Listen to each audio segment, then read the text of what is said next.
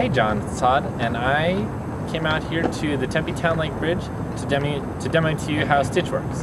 Right behind me is the Tempe Town Lake, and I'm going to take a picture of it with our iPhone application.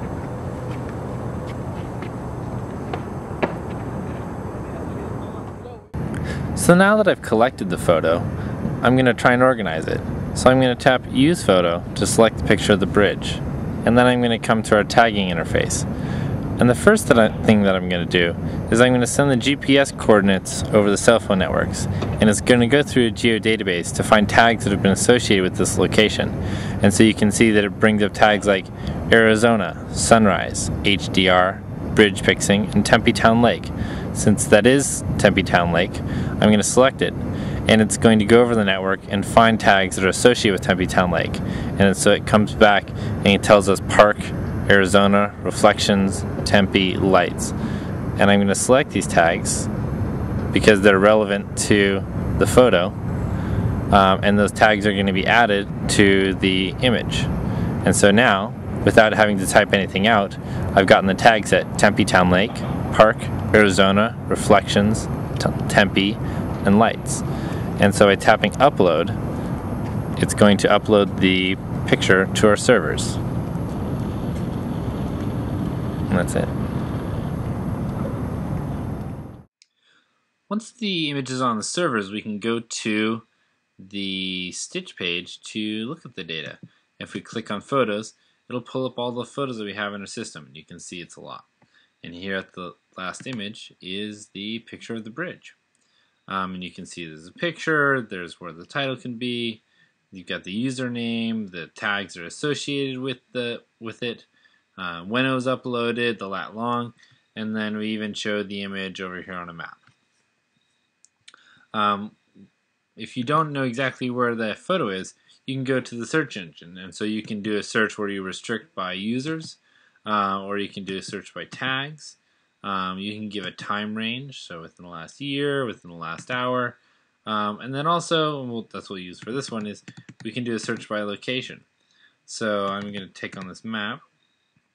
Let me drag the pin over to Phoenix, drop it there, and I'll just go ahead and stay within 50 miles of Phoenix. Pull up all the photos. And so here's a big list of photos. At the bottom, you can see we've got RSS, KML, CSV, and iCal. If you click on CSV, it'll pull up all the metadata in Excel if you want to do, let's say, a spreadsheet calculations on it. Or you can click on KML to bring it up in Google Earth.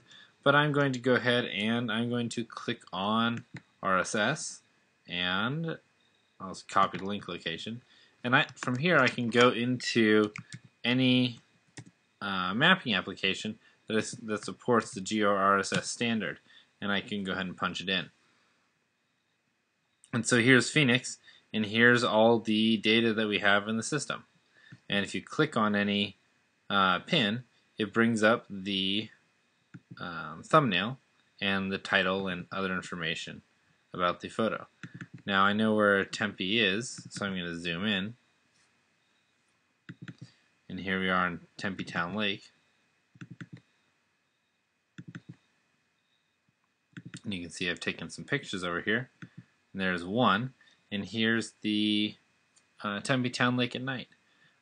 Clicking on this takes us to that photo and the relevant metadata. So that's viewing the information geospatially. You may also notice there's an iCal link. And if I right click on that, or actually rather, I'm just going to click on it, and it's going to offer to open the ICS file in my default calendaring application, which happens to be iCal in this instance. And so I'm going to go and I'm going to create a new calendar, and it's going to import the iCal data. And so you can see color-coded in purple is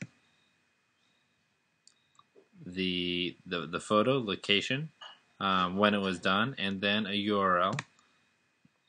Clicking on the URL takes us back over to the photo. If I go and I click and add a bunch of color-coded data to the system. Let me go back to last month because we're early on this month. You can see that I have in a bunch of different colors all the photos that were taken in the last month. And so one of the things that's the most useful about this is that all these feeds down here are exactly that. They're feeds. And so if new data comes in that's collected within 50 miles of Phoenix, it'll get fed into this RSS feed or this KML feed or this iCal feed or the CSV feed, and you can use that to monitor data across time.